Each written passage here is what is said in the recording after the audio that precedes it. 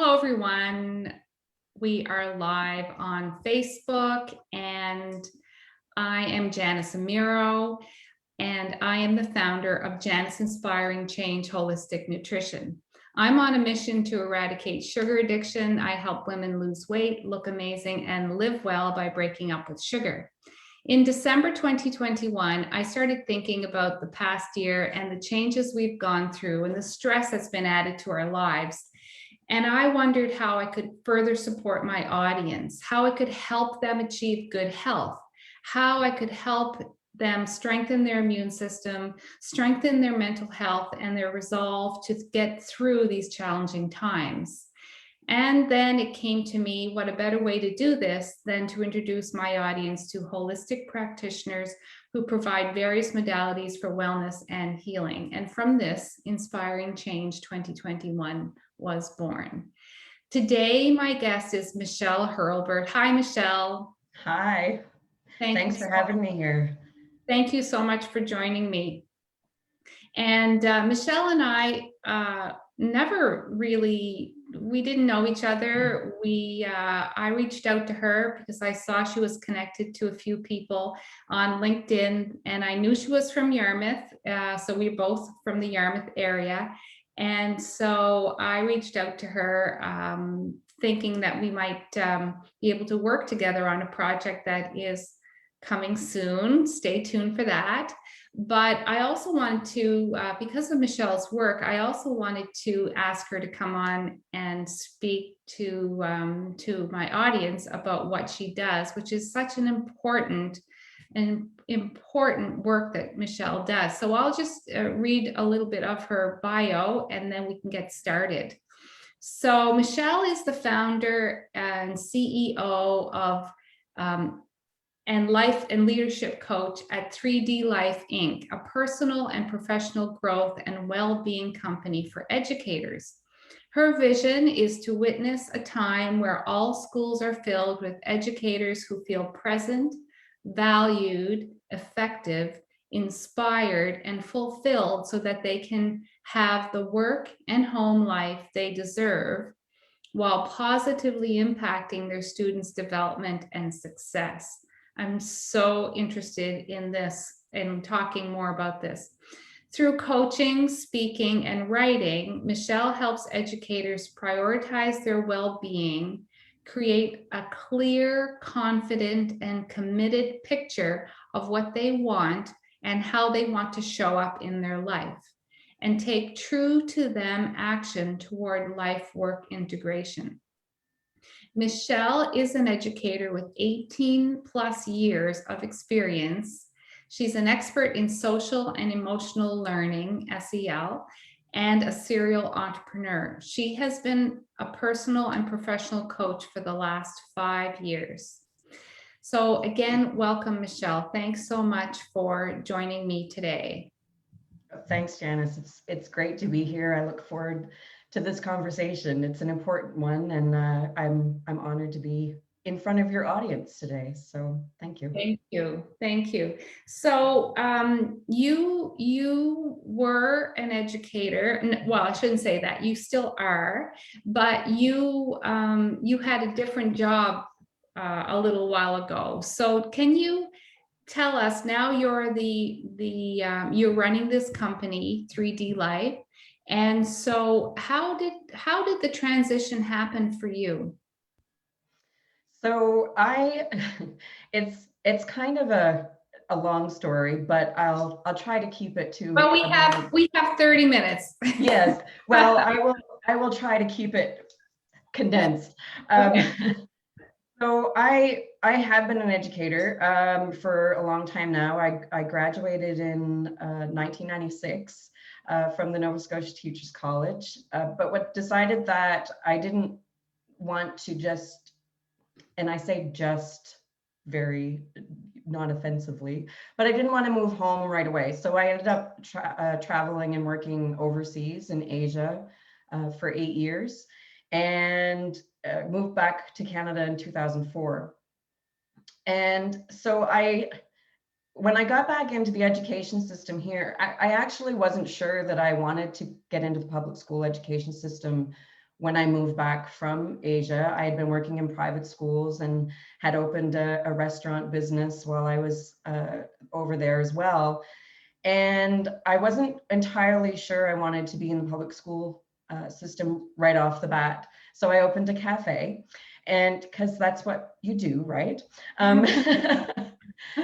And I did end up getting into a local middle school a couple of years after I moved home. And what I kept finding for myself was I loved being a teacher. I loved being in front of students. I loved the relationships that I was building with them and the colleagues that I worked with. But there always seemed to be something missing for me. And a lot of it had to do with the relationship piece, not just developing that with those connections with students and other educators, but actually teaching and modeling those relationships skills to the students that I was working with. We were so focused on curriculum and outcomes and grades and testing. And that wasn't jiving with me. I knew that there was more that needed to be addressed within education in terms of mental health and again, those relationship skills. How do you show up as you? How do you be authentically you? That's a little more challenging for teenagers because they're still trying to figure all of that out. But so I changed roles. I changed positions, thinking that was going to maybe give me some thoughts and ideas on where I could, maybe find some more fulfillment or find some more meaning in what I was doing. I finally, in 2014, came to my niche. I feel I have a soft spot for students who struggle with self-regulation and behavior and relationships. So I ended up becoming a behavior resource intervention teacher, and ultimately that led me to my job as a social and emotional learning coach, which they were right up my alley. Social emotional learning skills of self-awareness, self-management, being more socially aware of others, those relationship skills, and being able to make responsible decisions was just, it led to well-being, it led to better life outcomes, it leads to better success in life overall. And so, yay, I found my spot. However, as I continued to work in this role, I loved what I was doing. I knew it was important and valuable, helping coach teachers and other adults on how to model and implement the social emotional learning program we had in place. I still felt that there was more I could be doing. There were some restrictions and red tape in the education system that kept me from really showing up the way that I wanted to, and knowing that I could do more in this work, in this role. So I started a coaching business and knew that I'd want to be a coach for a long time, but wasn't really sure when the right time was.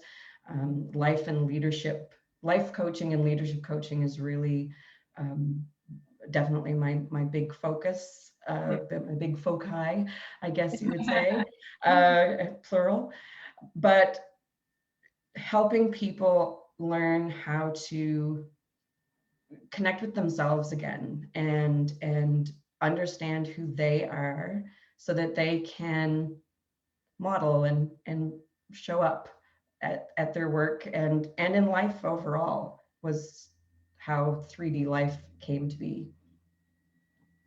Right. So you mentioned you work more with educators, and so can you talk a little bit about what those are mostly your clients? Can you talk a little bit about what maybe changes would be, or what the tangible benefits are that they would see that can help them, or that they can use to help them be better educators, and to go back to the classroom and help those individual students who all have different ways of learning and different backgrounds? And what are the tangible benefits that your clients can take away that will help them do that?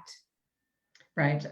Great question. It's something that I've been working toward. I haven't always worked with just educators. I've been working with women, women who are learners and growers, who they want to, they're curious about themselves, they're curious about the world, they want to do better, feel better, make a difference. But I always ended up coming back to education because I know there's a lot of work to do in education. There are a lot of great, amazing things happening. But with the 3D life, philosophy is that, we're so often on autopilot. We're so often on the hamster wheel, and educators are no exception. There is that just going through the motions every day. It seems sometimes it can feel like the same thing, the same problems, the same celebrations, whatever it may be. And I truly believe that we as humans we deserve to live life and lead life in 3D. So I'm really looking at helping people get off that kind of two-dimensional plane, and feel like their life is more robust, more authentic, that it's true to them. And in doing so, helps them feel more grounded, more settled, calmer, more confident. And so those are things that are all intangibles. And that's the thing about coaching, is that in doing the programs that I offer, or in doing and having coaching sessions with me, there are exercises and like reflection exercises and reinforcement exercises that we do. We create a clear vision, like a big picture of your ideal life, your ideal, how you want to show up ideally in your life.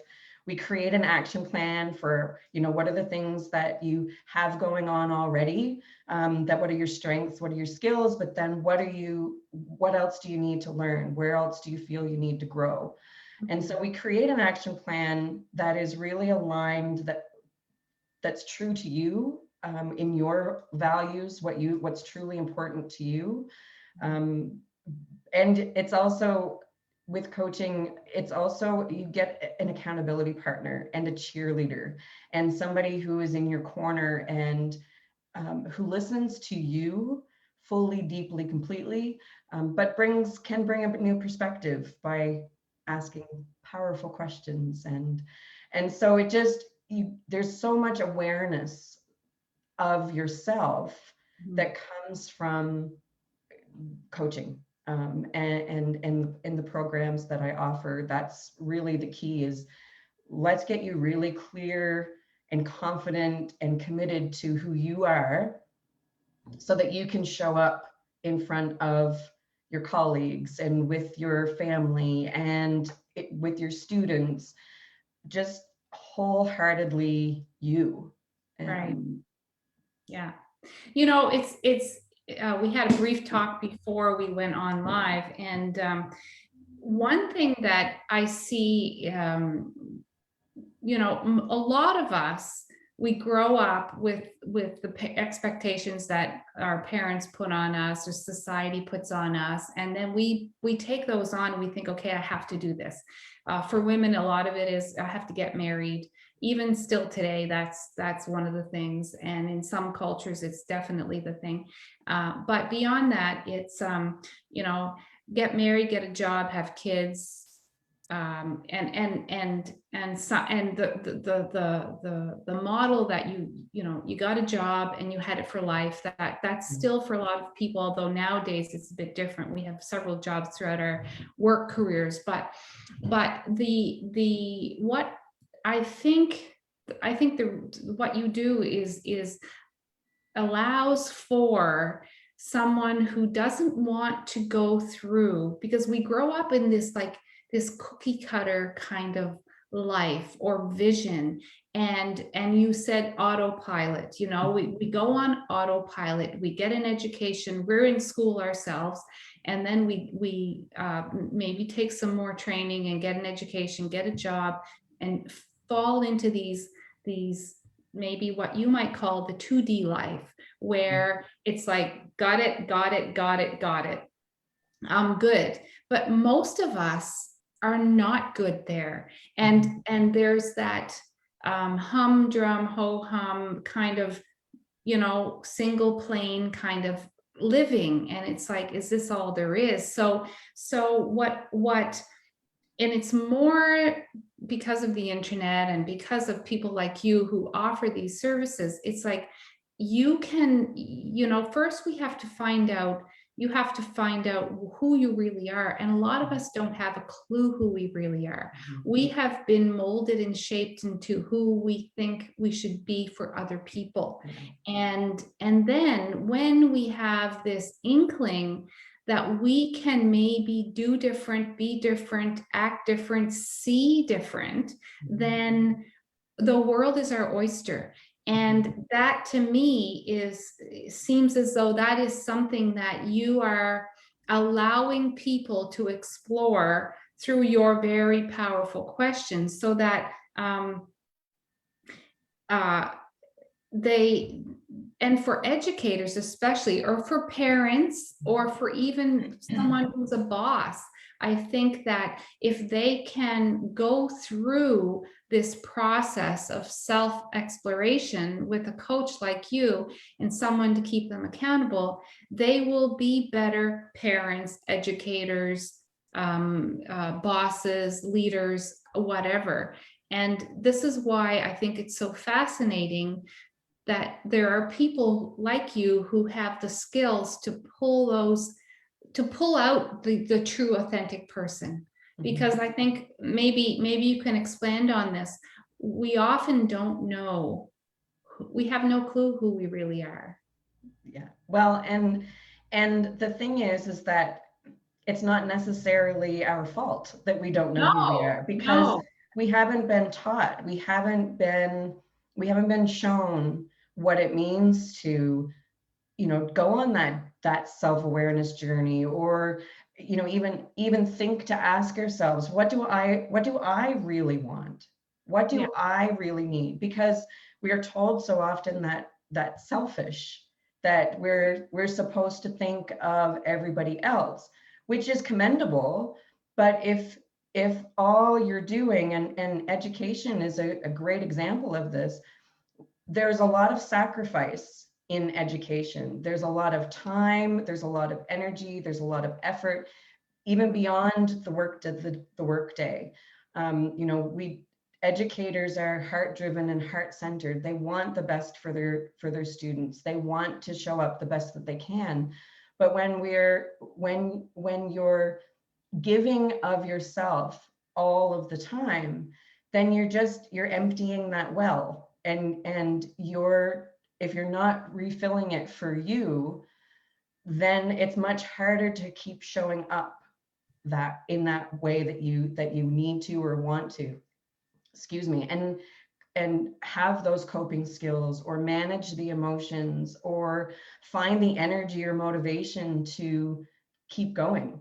And so it's not selfish if you look at it from the perspective of, I need to take care of myself so that I can take care of others. That's right. So that I can teach, so that I can problem solve, so I can model what it is I want my students or my colleagues to learn and understand. So it's really about looking for that work-life integration, you know, and linking. We're not separate from our work. We're not, and when we're at work, we're not separate from our lives. It's nice to think that we can walk through the workplace door and close it and say, okay, I'm at work now.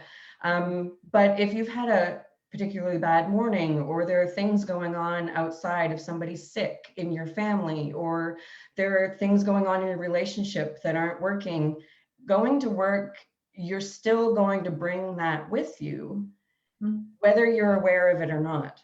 Yeah.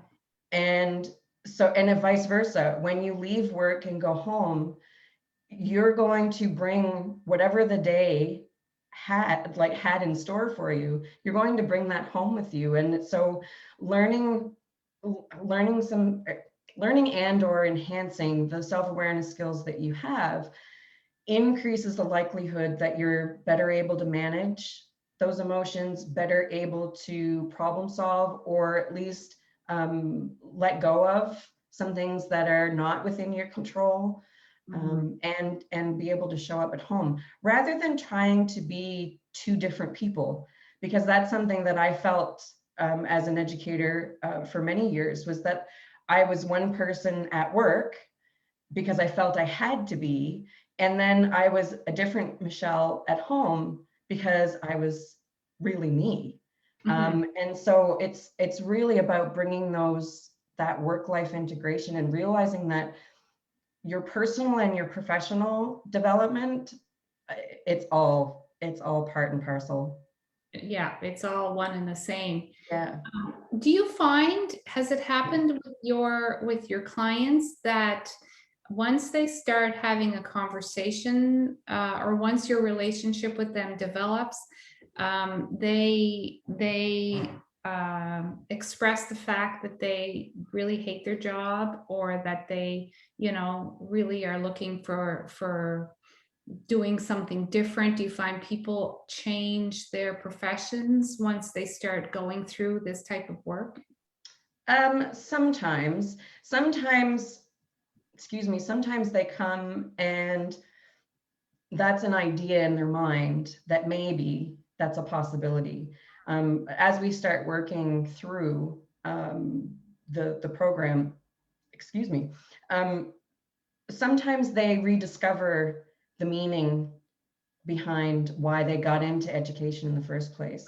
Sometimes they, or many times, they figure out, oh, I do play a role in how things are going for me at work. How can I shift myself and maybe let go of the need or the desire to have others show up differently? Because some that can be, that's a big influence, is okay, who do I work with and who's around me? How do they impact me? How do they influence my work and my mood and my well-being overall? So sometimes they rediscover that inspiration, why they got into education in the first place, and say, okay, I can show up differently here. I'm in. I'm all in. And other times it's no, I think that it's time for a change. I have this other idea, and if that's the case, then we work with that. Yeah, that's really, I find that when you get to be older, and you see people you haven't seen for years, maybe it's a high school reunion or something, there's not as many of us who have stayed with the profession we chose in the beginning. And to me, that means growth. Not that you can't be happy in the job that you chose, from high school, because there are a lot of people who are happy with that. But I think it's good to see that people do shift gears if they're not happy. And I think because people like you and today with all of the internet, and the reading we can do and easy access to things, it's more, people are more comfortable changing paths or making a change. And it's not so scary, I guess, where it used to be very, very scary. And there are people who want to be better at what they're doing. They love what they're doing. And like you're saying with educators, they like the fact that they're there. They want to help students. And with your help, they can better help their students because they're taking better care of themselves. Because, like the saying says, we can't drink from an empty cup. If we Right. if we're depleted, we're not going to show up the best for our students. We're not going to show up the best for our children. We're just not. We're just basically trying to hang on and live day by day on that hamster wheel. Is Yes. basically it. Yeah. Yes. Yeah, absolutely. So, so what is the biggest challenge you kind of see in the type of work that you do? Is there something that like a belief about your profession that you'd like to talk about, that, or you'd like to kind of debunk, that maybe the viewers would be interested in learning? Yeah. Well, with coaching's an interesting industry because it's not a regulated industry. And so it's pretty easy to put a piece of paper on the wall and say that you're a coach. So I do like to encourage people to, if you're thinking about getting a coach, if you think that it could be a benefit to you, it's definitely beneficial to check into who that person is, where they've been, what they've done, what their credentials are, because it's often taken for granted if somebody hangs their shingle that they've got it. They know what Official. they're doing, they're qualified and Right. whatnot. And many are. But it pays to do your homework when looking for a coach.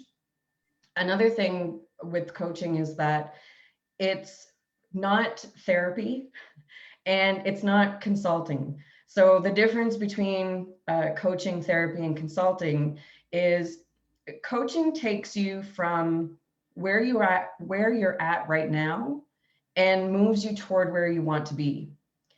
It doesn't necessarily dig into your past and what brought you to where you're at. Sometimes those things come up. It's just part of the process, mainly because we are so driven and on that autopilot mode because of our experiences and the things that we've learned and how we've grown over the course of our lives. But we don't dwell there. We really do look at, okay, so these are some beliefs or these are some habits that you have. Let's take them forward. Let's move them closer to where you want to be. Therapy kind of does dig into the past more, wants to know, okay, you're here. How did you get here? And we'll have some strategies and we'll help you work towards goals to, rectify, or it sounds like you need to be fixed, but you don't have to be fixed. Yeah, redirect. Thank you. So consulting is more about, I have this problem or I have this thing I want to do or change or fix, and a consultant will come in, take a look at all of the information and everything going on and say, here's what you need to do, and give you advice and recommendations and leave. So coaching is very much about a relationship. It's very much about establishing trust. And so knowing and liking and trusting your coach is very important. For sure. For Yeah. sure. You have to resonate with the person you're working with. Yes, not everybody's the right fit, and that's okay. And I say that as a coach. Sometimes there are clients that aren't the right fit, and I will say, I don't think that this is a good match. I have somebody else I can refer you to, and vice versa. I might not be the right person for somebody else. Right. Yeah. Exactly. Yeah. It's so true. It's important to find out, maybe get testimonials from people, talk to somebody who's worked with us, because then you feel more confident about the decision you might want to make. So Yes. So Michelle, is there that those 30 minutes went by so fast? They always do. Yeah, yeah. I'm doing an interview tomorrow, and it's 10 minutes. Oh my goodness. Oh my goodness. Good luck with Yeah, that. and I'm the one being interviewed. So, Okay. 10 minutes. Wow. So, is there anything that you'd like to share with us that I haven't asked you about? Anything that might be of value to the listeners? I think if anything, if I could ask of the listeners, Mhm, just kind of one thing, it's maybe don't always accept that what you see is what you get. mhm, Like push yourself. Be curious about you. Be curious about what other possibilities there mhm, are for you. mhm, If you feel like you're on that two-dimensional plane and you're on autopilot, push yourself, maybe get out of your comfort zone and reach out to a coach or reach out to somebody that you think might be able to help you. And whether that's a consultant or a therapist or a coach, I do encourage you to be curious about what else there is mhm. that will help you feel more fulfilled with your life. And just to be able to, Thoreau has a quote, and I use it a lot too, is like, just to help you suck the marrow out of life. We Uh-huh, go, uh-huh. we go this way once, that we know of. And why not get every last bit of Mhm, fulfillment and enjoyment and meaning from it mhm. by making your own life better, but also when you do that for yourself, it impacts the world around you as well. So why not? Yeah. Yeah, and I love that about stepping out of your comfort zone. And I think most people who have transitioned from one line of work to another, like you have, like I have, we have done that. We have stepped out of our comfort zone. We have allowed ourselves to dream of something different, Mhm. and then investigated how we could do it. And I think it's really, that to me, that's something that's great advice, if you will, is to never mind the discomfort of how it Mhm. might feel. Just think about the possibility of getting it done and what Mhm. that will feel like.